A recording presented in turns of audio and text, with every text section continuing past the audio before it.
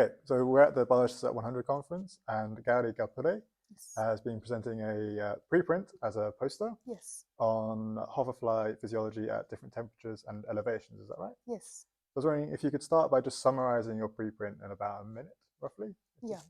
So we know that insects are ectothermic, and they are significantly impacted by the environment they occur in. Yeah. And with climate change events, it's been predicted that insects, along with other organisms, will be migrating upslope on the mountains. So we were interested in looking at how this upslope migration might affect insects in general. So that's why we used this particular hoverfly, which is an important pollinator, and we did a lot of in situ experiments to understand their physiology. And we found that temperature and elevation were the two important factors and had contrasting effects on some physiological aspects we measured, which were heart rate and olfactory sensitivity. So we advocate that doing such experiments are important because we don't know much about the physiological status of these insects, and clearly the effects are not straightforward, and a lot of things that are happening, and we need to understand them bit by bit to construct how insects might survive in such upslope migration events. Yeah, I can't imagine how you get the heart rate of an insect. But Yeah. I guess, so along those lines, what did you think was the most challenging aspect of this project to get it to the point of having a preprint and getting it uploaded onto the server? Right.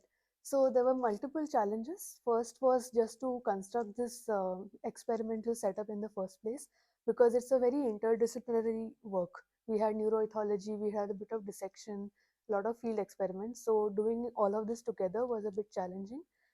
The second aspect was that writing this up as a manuscript was also a bit, uh, um, it was interesting, I would say, because most journals are, they stick to one discipline, but we need to write a preprint or a manuscript which will be able to, which is accessible to all readers, but we are not losing the scientific ethos of it.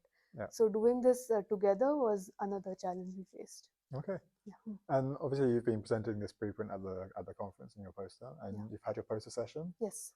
What was the most useful feedback you got that may have, may affect how you will continue with your preprint in the publication process, or just Right. in general for your project?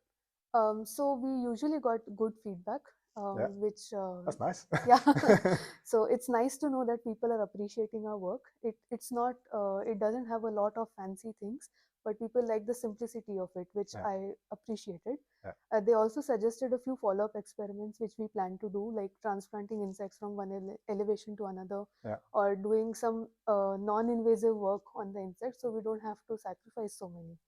But it's nice that I'm already talking to a person about building some sort of a, like a stethoscope to measure the heart rate of insects without opening them up.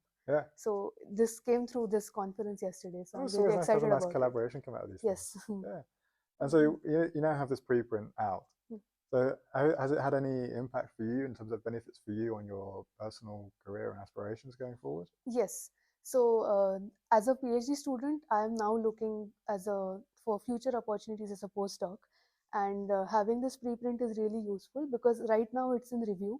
Yeah. But now I can, as a preprint, cite it to employers or while discussing with people, so they can still access my work while it is technically not yet published in peer-reviewed journals. Yeah. So that really helps to get the conversation going. It's out there in the domains. Yes. Yeah. And I mean, along those lines as well, what do you think then the importance of preprints are going to be for the biological community and publishing in general going forward?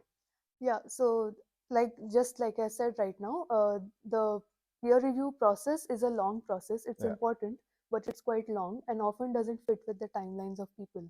So having a preprint is a nice way, like a conference presentation, where it is all systematically written, all the figures, everything is presented, so people can assess what the other person has done. And preprints in particular, I feel, are a bit more personal because they haven't undergone the review system. So you can understand the author's thought process, motivation much better. So I find it very easy to judge how the person is based on the preprint rather than the publication itself. Yeah, nice. Okay. Well, thank you very much for taking the time to come and do this interview and talk about your preprint with us. Yeah. We'll put the link to that in the comments of this interview. Sure. And I hope that you enjoy the rest of the Biologists at 100 conference. Definitely. Thanks for having me here as well. No worries.